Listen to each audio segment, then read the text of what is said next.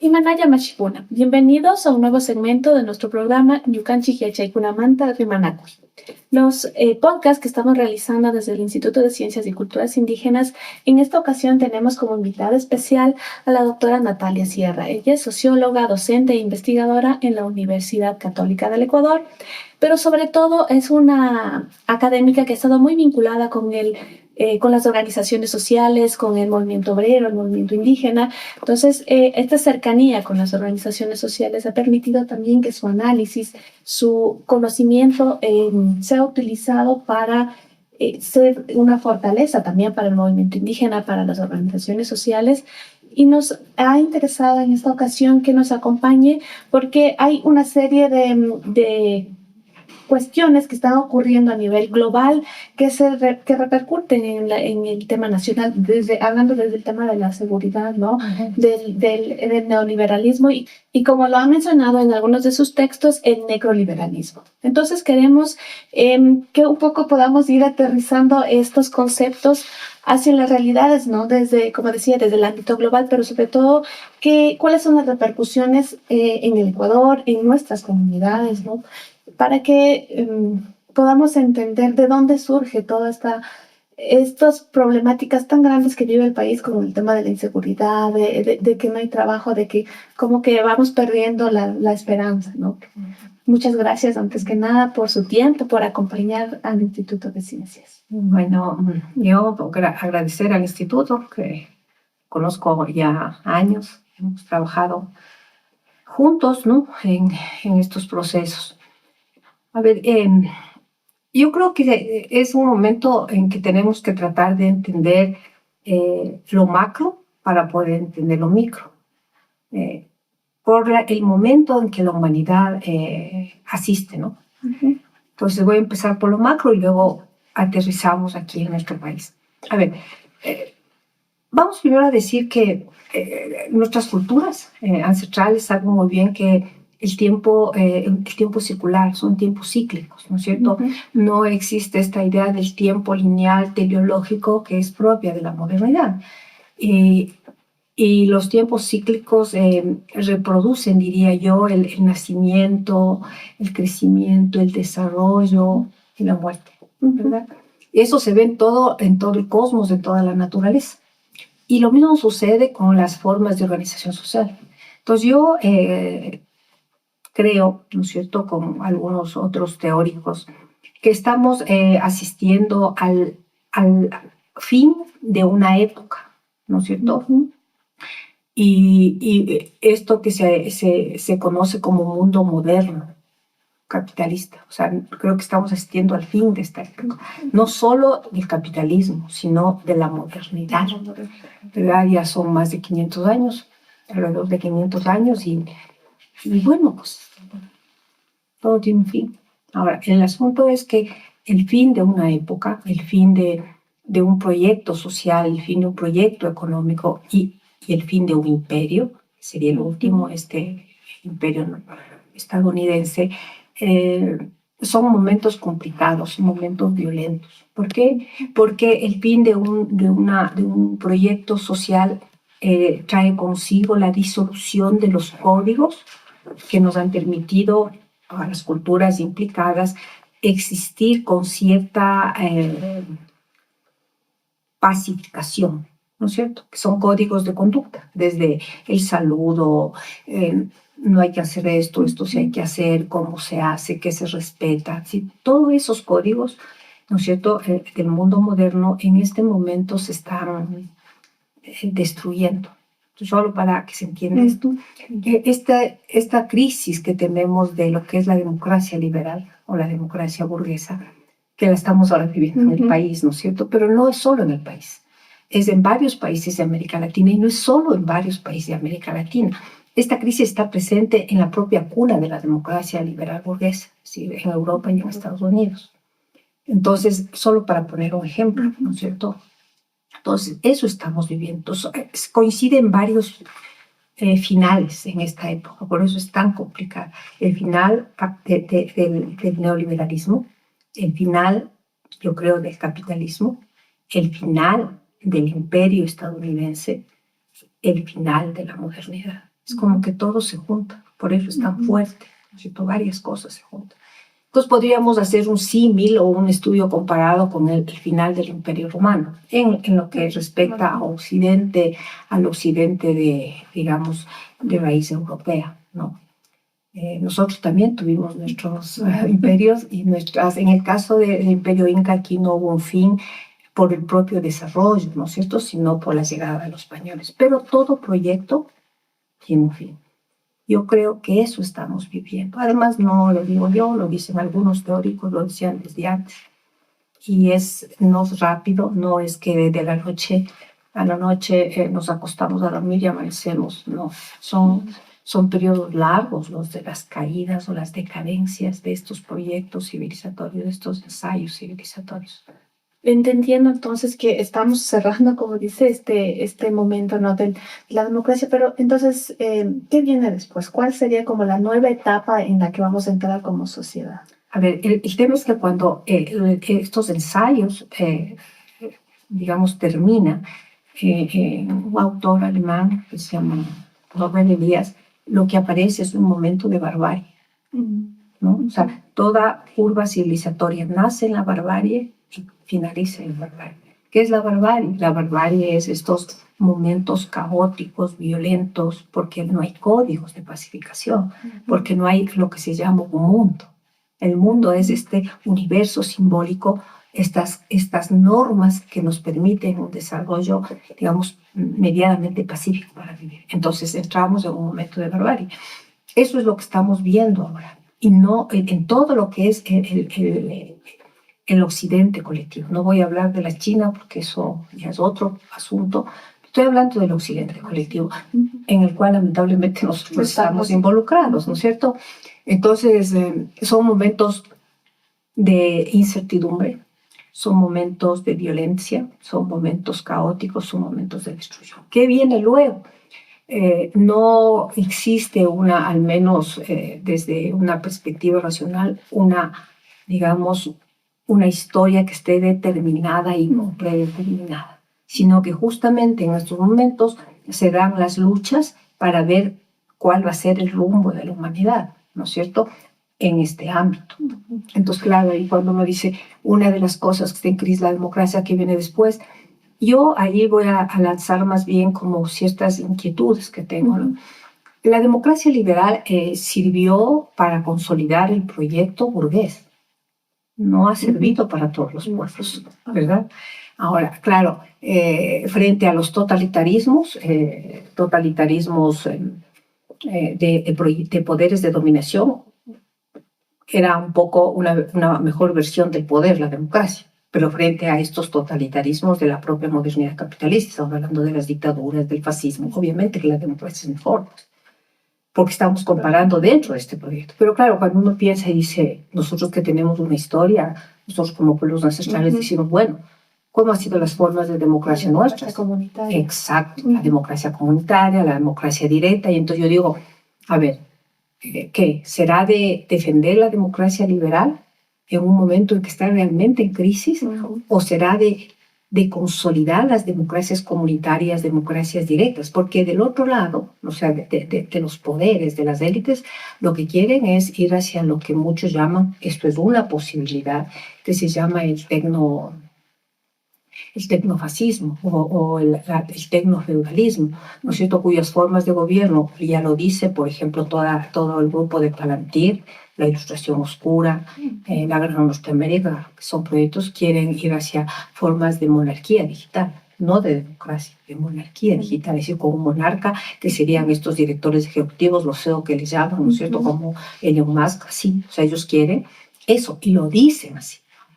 Ellos no van a defender la democracia liberal, ellos van a ir a consolidar este proyecto. Ahora, desde el lado de los pueblos, digo, a nosotros nos ha ayudado la democracia liberal muy poco, porque ha sido un proyecto para consolidar el poder de la burguesía, ¿no es cierto? Es la burguesía de las oligarquías. ¿No será que nosotros, digamos, sin pelear espacios todavía democráticos de esta democracia, no será mejor que tenemos que afirmar frente al proyecto de este tecnofascismo digital, tecnofascismo de estas élites de la inteligencia artificial y todo, consolidar autonomías y dentro de esas autonomías nuestras formas de democracia, que eran, desde nuestro punto de vista, mucho más válidas para tener una mejor vida. Entonces, pero también la pregunta era si es que ya no habría ese tipo de democracia y estamos pasando a otros espacios. Creo que es como dicen, a este momento de barbarie, de intentar todos poner sus posturas, poner sus intenciones, ¿no? De hacia dónde manejar la sociedad. También es, no sé, se me ocurre ahorita pensándolo, no sería bien, ¿no? Como Marx decía, que ya luego de esto del capitalismo vendría un espacio como de una sociedad más justa, que el comunismo. Sí, o sea, en Marx había una teleología. Marx era hijo de la modernidad, era un científico y en un punto también desde mi criterio caía en un positivismo.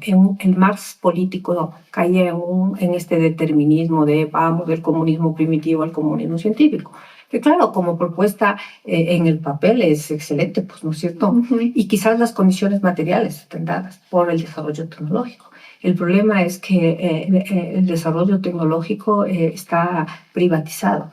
Y el gran robo del capital cognitivo que se llama, es decir, de toda nuestra capacidad de crear, de imaginar, de producir de los seres humanos, el gran robo se dio a lo largo de muchos de estos últimos 40 años, sobre todo, pero básicamente en la pandemia. Porque cuando nos encerraron por la pandemia y todos tuvimos que hacer todos nuestros trabajos, nuestros quehaceres como seres humanos, a través de la virtualidad, toda esa información la dimos gratis. De este lado decimos gratis, pero realmente fue una apropiación. En eso Marx también trabajó, pues, como se llama la acumulación originaria de capital. Esto fue una acumulación extractiva del capital cognitivo de la humanidad. Y se apropiaron, es un robo que se apropia. Entonces, a partir de eso, se da un impulso a estas nuevas tecnologías, sobre todo a la inteligencia artificial. El problema es que están en manos privadas. Y nosotros, ¿quiénes son los dueños? ¿Quiénes son los, yo no voy a decir dueños, quiénes son los apropiadores de esta riqueza humana? Es, por ejemplo, el señor Musk. Es, por ejemplo, de Palantir, el Peter Thiel, y todos estos grandes CEOs tecnológicos, ¿no es cierto?, que además están articulados a los estados oligárquicos, a las corporaciones, porque gran parte de su desarrollo, ¿no es cierto?, tecnológico fue financiado por los estados. No es que ha sido de ellos, o sea, esa idea de yo, empresario, que solito atrás en mi garage hice todo, eso es falso. Ha sido los estados, como por ejemplo los Estados Unidos, el Estado de Estados Unidos, que ha financiado eso. Así también en China, eso está clarísimo, ¿no es cierto? En China nadie dice aquí había un genio. O sea, ahí el Estado financia el desarrollo. Entonces, claro, esto de volvamos al comunismo, claro, sería si es que se podría hacer que se devuelva el bien colectivo a la colectividad, ¿no es cierto? Pero eso es, digamos, son unas luchas, pues las guerras que están dando ahora donde se desarrolla la inteligencia artificial y además la inteligencia artificial desarrollándose en contextos de guerra bélica es terrible, que es lo que está pasando ahora en Ucrania, en Medio Oriente, ¿no es cierto? Entonces, no es que necesariamente vamos a pasar al comunismo, eso era como utopía, estaba muy, muy hermosa, pero no es necesario. Esto aquí hay son luchas. Ahora, justamente la pregunta es eso. ¿Cuál es nuestra posición frente a la tecnología? Por ejemplo, nosotros como pueblos, nosotros hacemos uso de la tecnología, pero no somos los dueños de la tecnología, ¿verdad? Es decir, de la tecnología ya como, digamos, aparecimiento de la técnica procesada.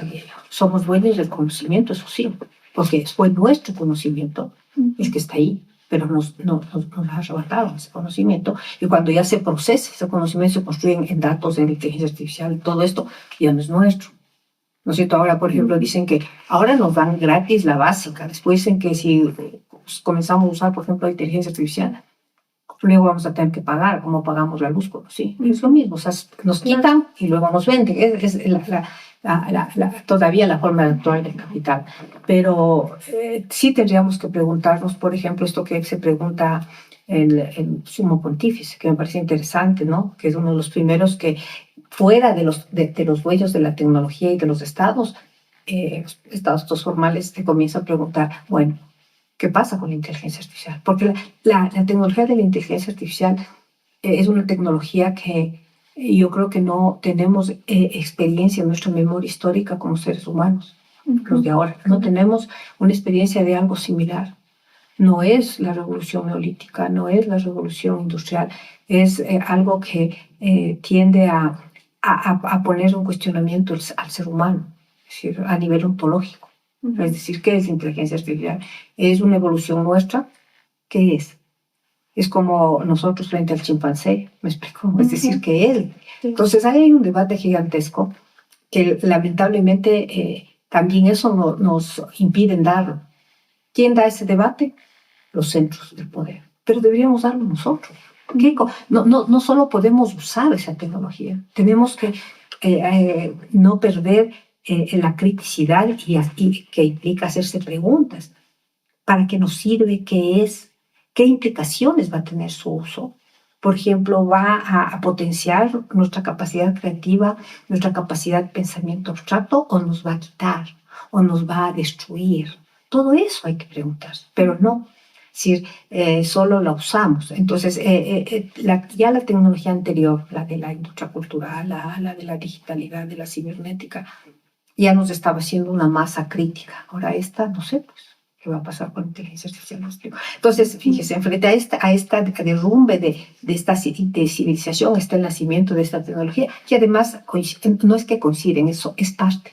Las rupturas tecnológicas destruyen proyectos, porque este proyecto estaba articulado a lo que es la sociedad industrial, la sociedad del trabajo asalariado, la sociedad de las ciudades modernas, del automóvil, de la universidad, ¿verdad?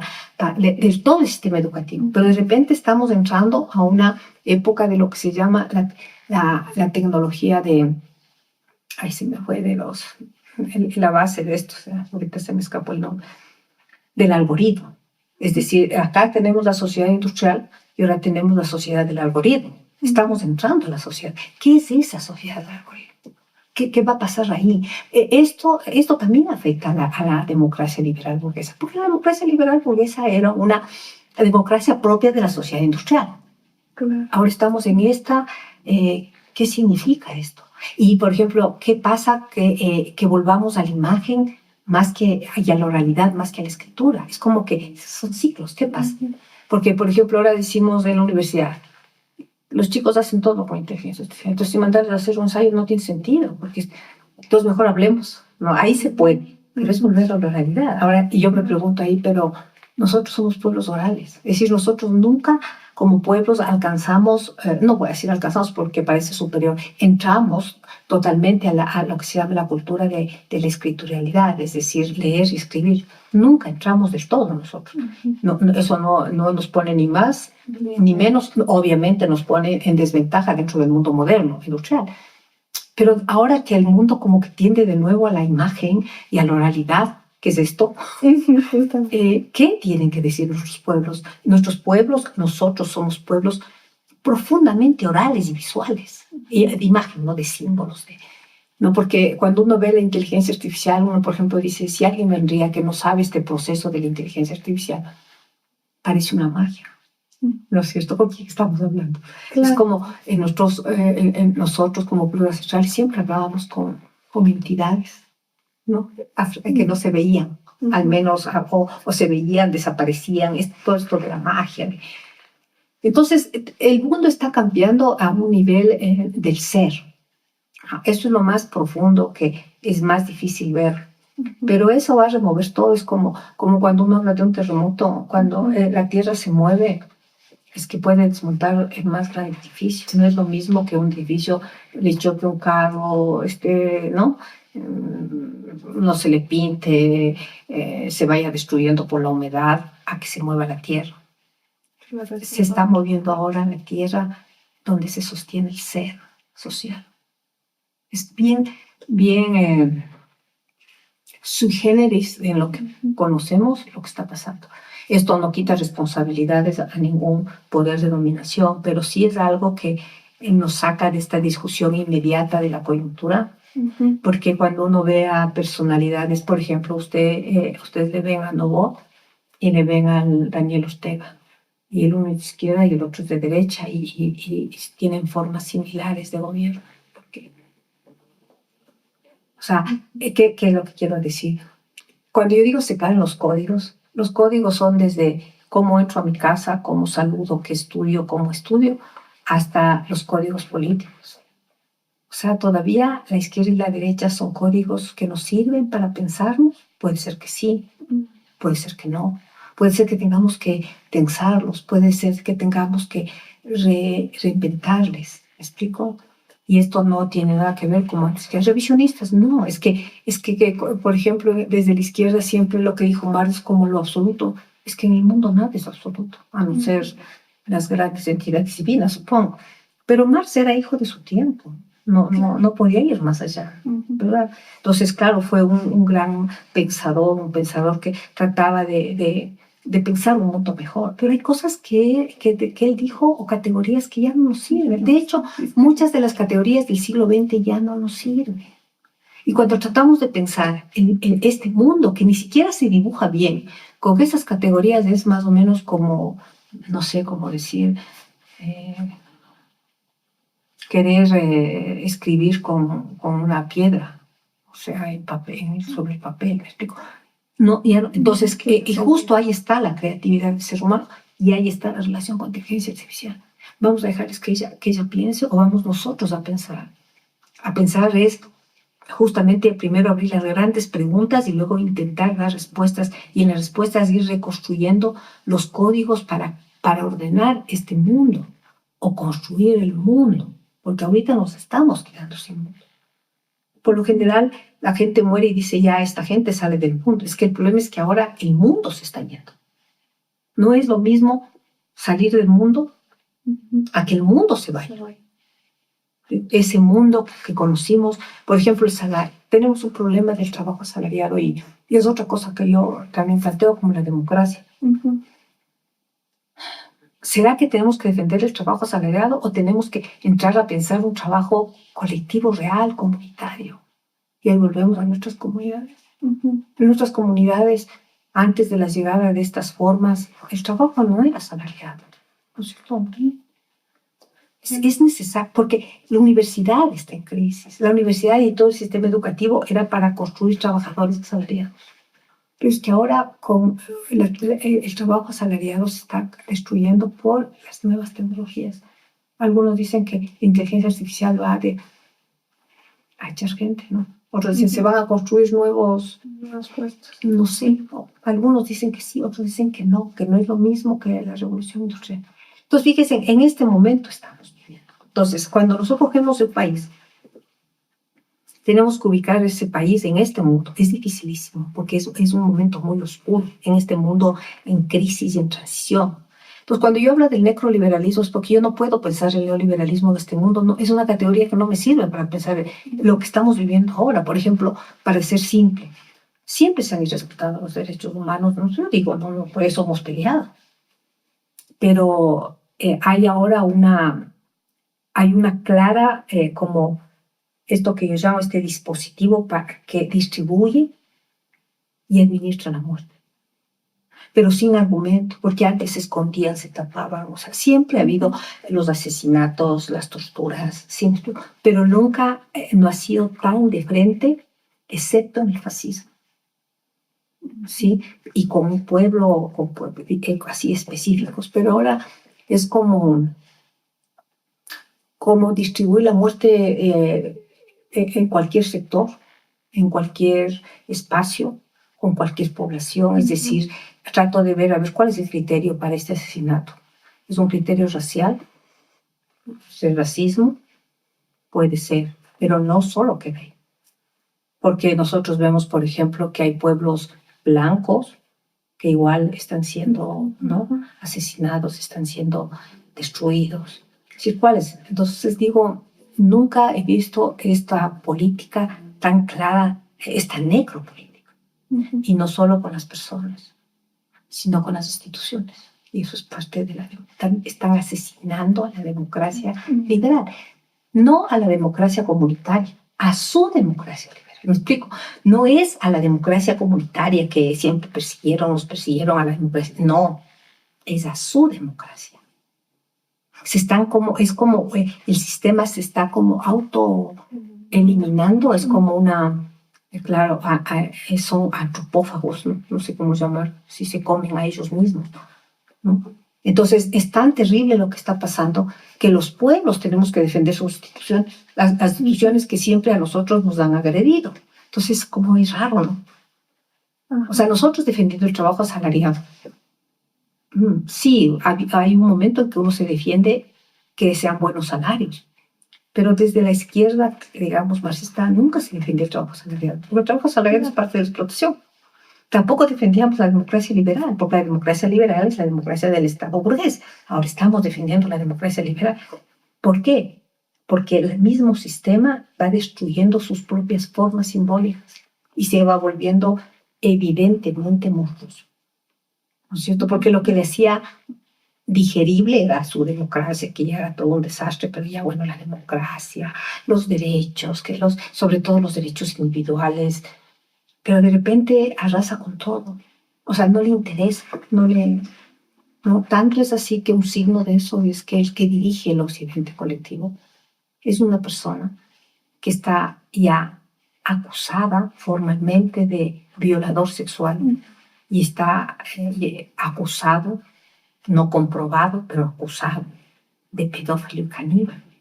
Eso es Donald Trump y está dirigiendo el país central del mundo occidental y no pases nada. Me explico, alguien decía otra vez, allí yo veo las redes estoy más dedicada a los estudios externos, alguien hablaba de la democracia, sí que están atacando la democracia, y esta persona decía, ¿de qué democracia me hablan? Si se ha destapado un caso de pedofilia, de canibalismo, de corrupción, de chantaje, de extorsión, a nivel de las élites, y no hay un solo, digamos, que haya entrado en proceso judicial, excepto el Epstein y la otra. Del resto, nada.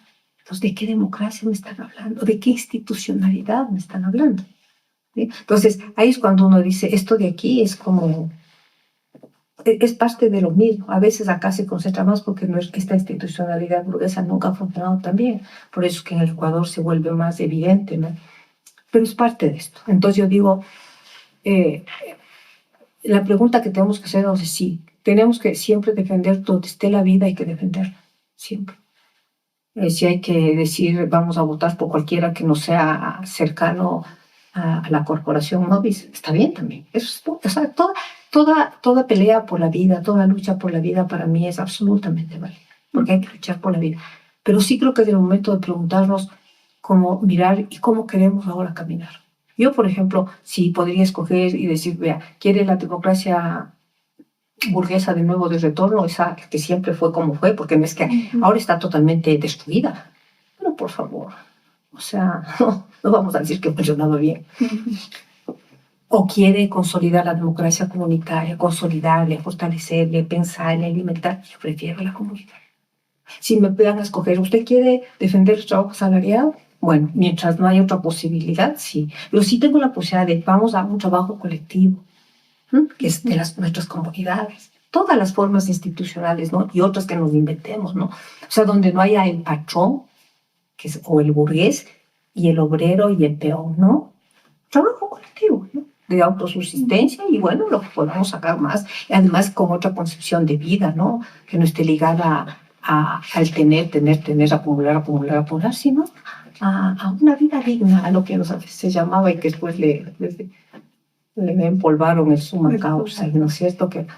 Entonces creo que eso es lo que tenemos que preguntarnos en este momento y defender la vida, porque es la vida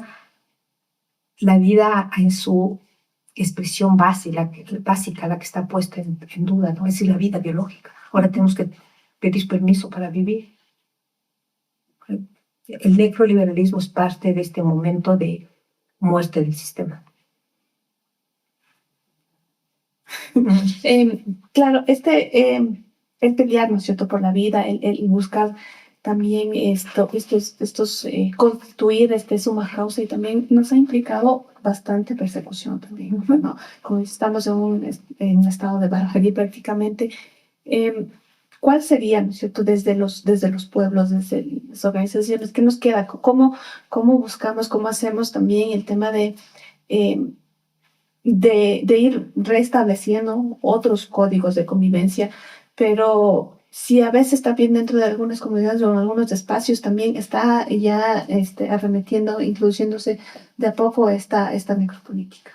A ver, primero que es difícil, ¿no? Cuando yo decía que ya no podemos pensar con las categorías del siglo XX, es fácil decirlo, pero es muy difícil deshacerse de estas categorías, porque para deshacernos de esas tenemos que construir otras. ¿Ya? Pero, a veces me pongo a pensar, sí, siempre nos van a atacar, pero a veces creo que pensamos o actuamos frente a lo que va a pasar antes de lo que tenemos que hacer el instante. A ver, ¿cómo me explico esto? A ver, cuando estábamos en la época anterior, en el siglo XX, ya que pensamos en la opción, queríamos ir al comunismo, qué sé yo, toda nuestra vida estaba enfocada allá, por los mecanismos que el mecanismo más usado en esa época eran los procesos políticos militares, ¿no es cierto?, la revolución armada. Pero también había otros, quizás las elecciones, ¿no? Eso fue Allende. Pero yo digo, a ver, ¿cómo yo quiero llegar a un comunismo si aquí no cambia? Eso he pensado en mi madurez. No entiendo. Por ejemplo, ¿cómo yo puedo llegar a una sociedad de apertura, de hospedaje, de recibimiento, si yo aquí estoy siendo racista? Ahora. ¿Me explico? No logro comprender. Si ahora no cuido, por ejemplo, lo básico de la naturaleza y quiero allá ser ecologista, cuando pase algo, es como incoherente para mí ahora, ¿no? Entonces yo digo, mira, nosotros podemos ir creando pequeñas, no voy a decir mundos, ¿no?, o pequeños mundos de vida, ahora, diferente, como por ejemplo yo veo que toda la gente en estos momentos de barbarie, todo el mundo se vuelve violento, todo el mundo se vuelve agresivo, todo el mundo se vuelve loco. Pues hagamos lo contrario. Ahí está la resistencia. Entonces yo sé que en algún momento voy a tener que defenderlo, pero no podemos defenderlo si primero no hemos consolidado nuestras relaciones intersubjetivas de afecto, respeto, cuidado. No hay cómo. Eso no quiere decir que somos perfectos, ¿no? Pero hay cosas que son básicas. Por ejemplo, yo no entiendo cómo las personas quieren el socialismo o el comunismo, pero siguen aspirando a las promesas del capitalismo. Por eso es que crece tanto el narcotráfico, no solo por razones económicas, sino porque, fíjense ustedes, a los chicos, porque los chicos del narcotráfico, claro, la mayoría son los chicos empobrecidos, ¿no?, que son lanzados a las garras de estas economías ilegales, pero también hay chicos de los sectores medios, esto es Mocolí, todo ese montón de chicos que eran de sectores medios altos, están fantaseando con ser blancos. ¿Qué es lo que quieren con eso? Lujos, mujeres, dinero, poder. Eso quieren. Ahora yo pregunto, ¿eso queríamos nosotros? Creo que no. Pues sobre todo lo que nos viene de nosotros como pueblos ancestrales, ¿no es cierto? No, y allá había una gran diferencia con la utopía comunista, más socialista que comunista. Los ancestrales, o sea, ¿dónde está la riqueza? En poder tener un río limpio, ahí está la riqueza, ¿no es cierto? En poder contemplar las estrellas, en poder contemplar un animal que camina. Mi madre es del Oriente, yo crecí mucho en el Oriente. Y por ejemplo, ahora que estoy vieja, me acuerdo, ¿no?, cuando era niña, y había cosas que me fascinaban, que me podía quedar horas de horas, como viendo las hormigas trabajar, ¿no? Bueno, el mundo es tan hermoso, pero no podemos verlo porque nos metieron esta promesa de éxito, poder, dinero. Claro, viene el narcotráfico y les dan eso, pues. La pregunta es ¿por qué no van a ir si el narcotráfico les está haciendo realidad el sueño capitalista? Claro que pueden morir, es ilegal, pero ¿qué importa? Porque ya el capitalismo antes de las economías ilegales o siempre fue criminal. Porque para conseguir el dinero han invadido pueblos, han hecho genocidios. Lo que pasa en Gaza, lo que pasó aquí cuando empieza aquí el desarrollo mercantil que viene de Europa, ¿qué hicieron con nosotros? Aquí también hubo un genocidio, un etnocidio para sacar el oro, ¿verdad? Entonces, fíjense, la pregunta es, ¿yo puedo construir inmediatamente un mundo diferente con la otra persona? Y crearme, esas son las arcas, que yo llamo las arcas, a veces les llamo las caracolas de nuestros mundos andinos, como las arcas de Noé. O sea, pero ¿cómo quiero hacer un arca ya si no puedo hacer entre, ¿no es cierto? Eso es como si ayudo a una persona, si a pesar de todo, por ejemplo, con lo que pasó con esta chica Natalie, ¿no? Fíjense en esta chica, ¿cuántos le vieron y no le ayudaron? Yo sé que estamos en un momento difícil que da miedo, ¿no? Pero creo que también hay mucho de indiferencia, porque yo digo, ya, no necesito ir yo sola, pero le puedo ver, puedo ir a llamar a alguien que me ayude, seguirle, ¿no es cierto? Y puedo construir espacios de relaciones diferentes con mi familia, con mis vecinos. Ahí empieza la revolución. Si algún rato nos quieren atacar eso que hemos construido, tenemos que defendernos, nos vamos a defender. Pero no podemos eso anteponer antes de comenzar a construir el mundo que queremos nosotros construir. Por ejemplo, el buen trato a toda persona. Para empezar, nosotros tenemos un problema jodidísimo que es el racismo. Ay, debemos ya empezar a limpiarnos de eso. ¿O cuándo vamos a limpiar? ¿Cuándo hagamos la revolución después de 1000 años? ¿O nos limpiamos ahora? Porque eso hay que limpiarse, eso está tan metido en nuestros huesos que hay que hacerse como una liposucción, no sé si, o sea, es una grasa ahí horrorosa. Eso, este clasismo, ¿no? O sea, el repensar dónde está la vida, o sea, desapegarnos de todas estas cosas que nos ofrecen que no tienen sentido. O sea, que las cosas, las mercancías solo tapan el vacío existencial. Cuando uno se siente más estable, más pleno, no necesita, nosotros sabemos, ¿no? Nosotros como país sabemos. Cuando este país ha sido con grandes cosas y yo a veces me pongo a pensar y digo, este país tiene tanta riqueza real, ¿no? Que sus nichos ecológicos, su inmensa cultura, su diversidad cultural. Y hemos sido siempre un país pobre. No, es porque no nos permiten ver dónde está la verdadera riqueza que nos puede generar un espacio vital de dignidad y de alegría.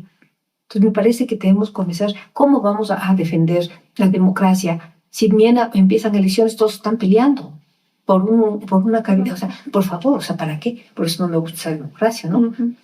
Porque a nosotros, por ejemplo, en los procesos nuestros que hablábamos con el Taita Luch, con otros compañeros, siempre decíamos, estamos bien en nuestros procesos hasta que llegan las elecciones. Llegan las elecciones y todo el proceso es validado porque todo el mundo se comienza a pelear por una candidatura. ¿Qué es eso? Exhibicionismo, vanidad, poder. ¿Para qué?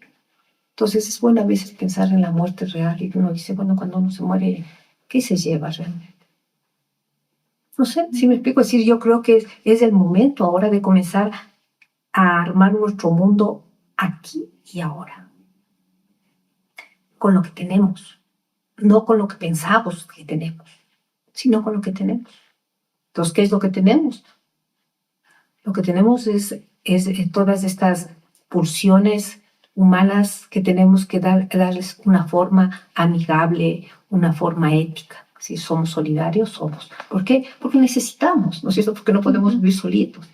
O sea, si el otro que está conmigo camina bien, caminamos los dos bien. Pero si está cojeando y tenemos que llegar allá y yo no le ayudo, ni él ni yo. ¿Me explico? Es decir, estas cosas que son inherentes a nuestra condición de humanidad, en su versión ética, es lo que tenemos que comenzar a afirmar aquí. Que van a venir sí, pero ahí nos vamos a defender. Yo el otro día decía por la crisis del país, no sé si me equivoco, ¿no? Pero no creo que la violencia esté tan fuerte en ciertas zonas solo por el tema de que son puertos de salida de cocaína.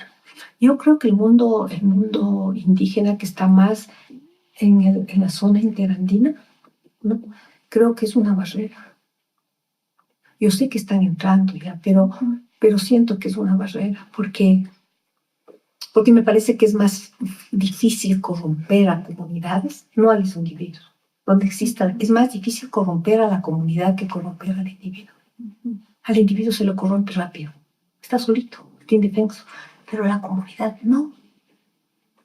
Entonces, la comunidad es una barrera para el necroliberalismo. Por eso quieren destruir. Y no solo aquí, por eso quieren, por ejemplo, quieren destruir al pueblo palestino y no pueden destruirle, ¿verdad? A los pueblos iraní, por ejemplo, porque son más pueblos de comunidad. Siento que esa es una barrera cultural que debemos ubicarle y fortalecerle. Entonces, como decir, si usted tiene una familia fuerte, es fácil. Yo, por ejemplo, digamos que tengo una familia fuerte. Mi familia es fuerte en la ética, por ejemplo, la justicia, la libertad, la ayuda a los otros. O sea, si yo me corrompo, todos me van a ver mal. ¿Y qué es lo que puede pasar? Y eso sabemos nosotros, porque esas son nuestras comunidades. ¿Qué nos puede pasar? Nos pueden expulsar.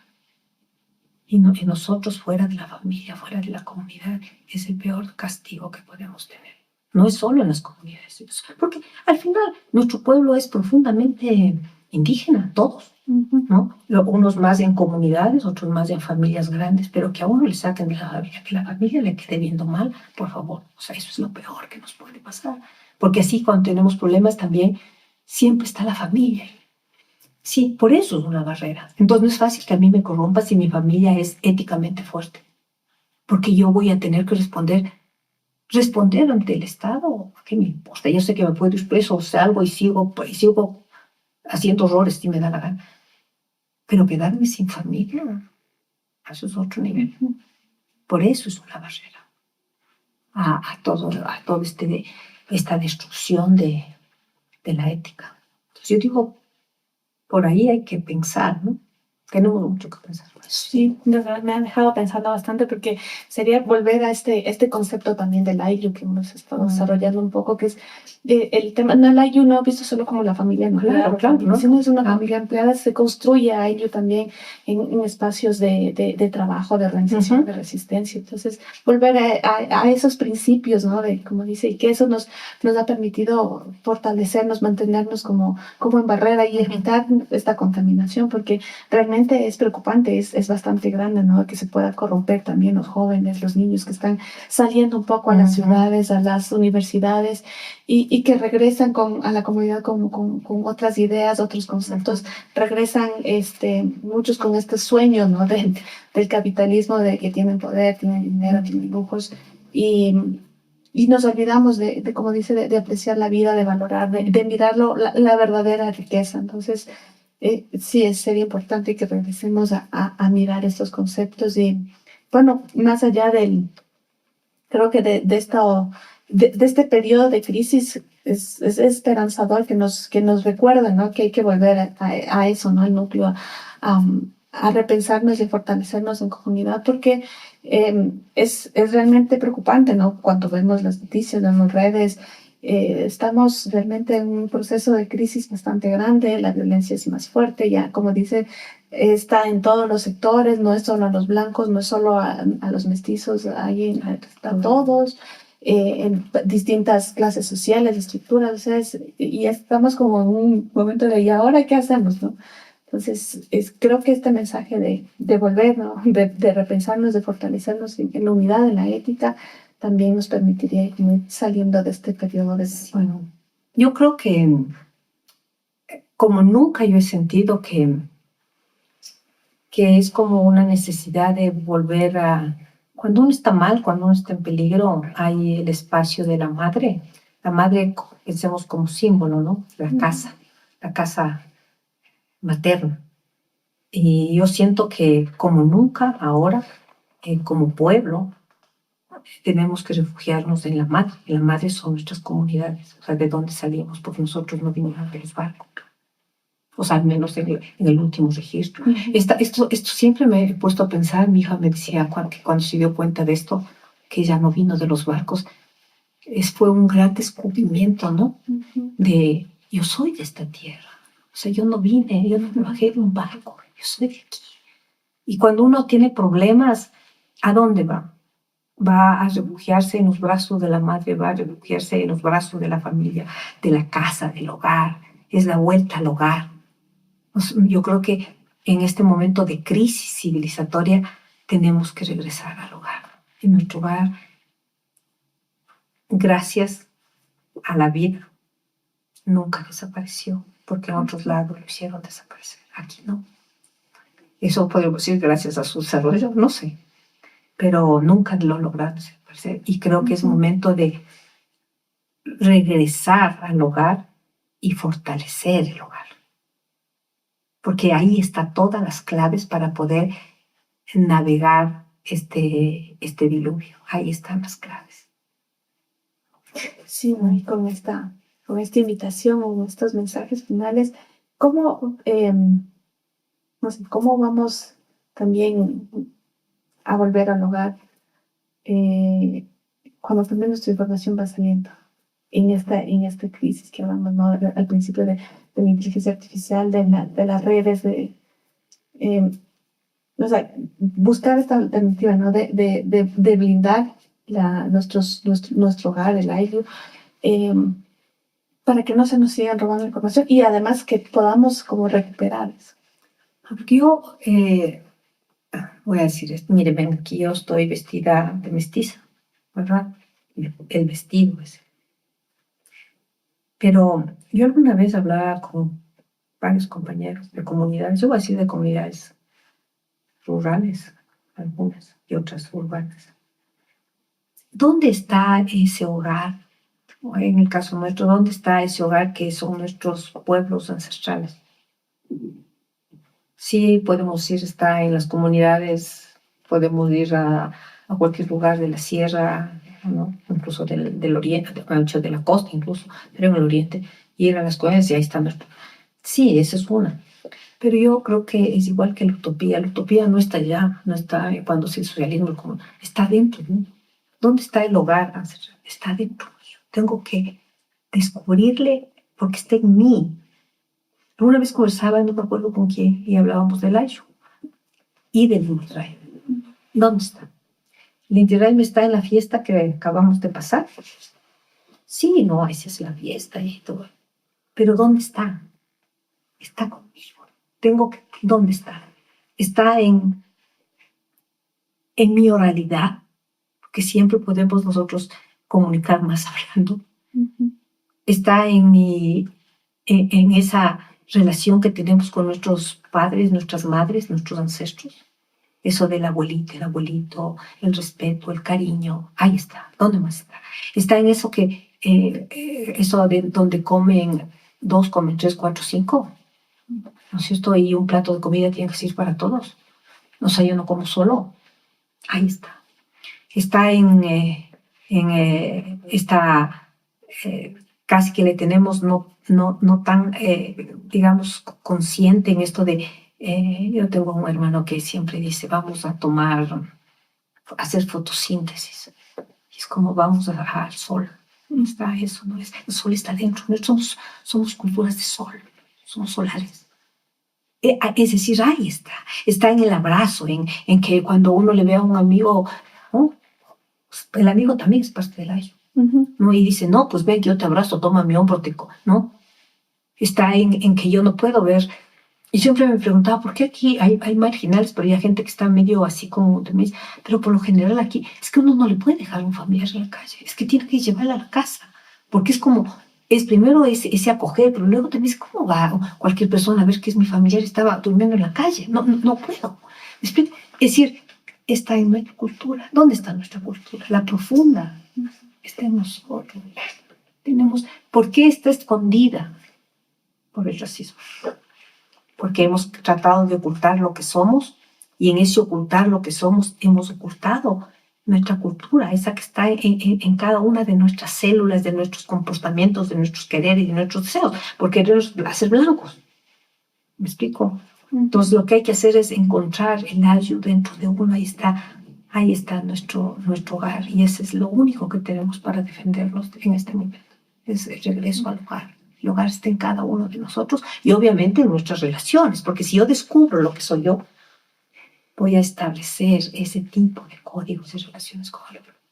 O sea, mira, yo no puedo ponerme encima tuyo porque tengo un título. O sea, ¿qué es esa estupidez? Yo no puedo creerme más que tú porque tengo un carro 2 reales más o mejor. No, sí, estamos de la misma tierra. Esto que me dijo mi hija me he puesto... Yo no vine de un barco. O sea, cuando estos mestizos entiendan que no vinieron de un barco. Somos de esta tierra, por Dios. O sea, el olor es recuperar nuestros olores, el gusto por los jugos, el gusto por los pastizales, yo vengo a este proceso hace rato. Yo, por ejemplo, una vez decía, Dios mío, yo no podría vivir si algún día me levanto y no le veo al pichincha. O sea, me puse a pensar qué se pasaría si un día me levanto y no le veo al pichincha. Es que me voy a morir.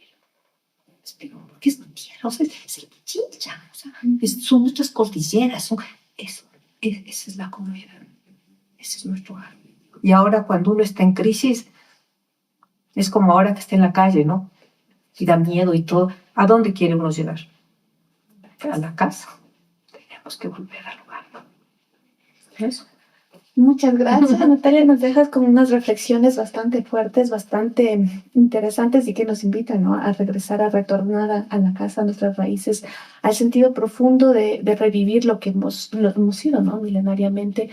Y que esa invitación también sea para quienes nos están mirando en las redes, ¿no?, que volvamos, ¿no es cierto?, volvamos al hogar y volvamos a constituirnos estos ayllus para que nos permitan defendernos de esta crisis, que no nos domine el estado de barbarie que estamos atravesando como sociedad. Y una vez más, muchísimas gracias, tus reflexiones, tu tiempo, y gracias también por vernos. No se olviden de seguirnos en nuestras redes sociales.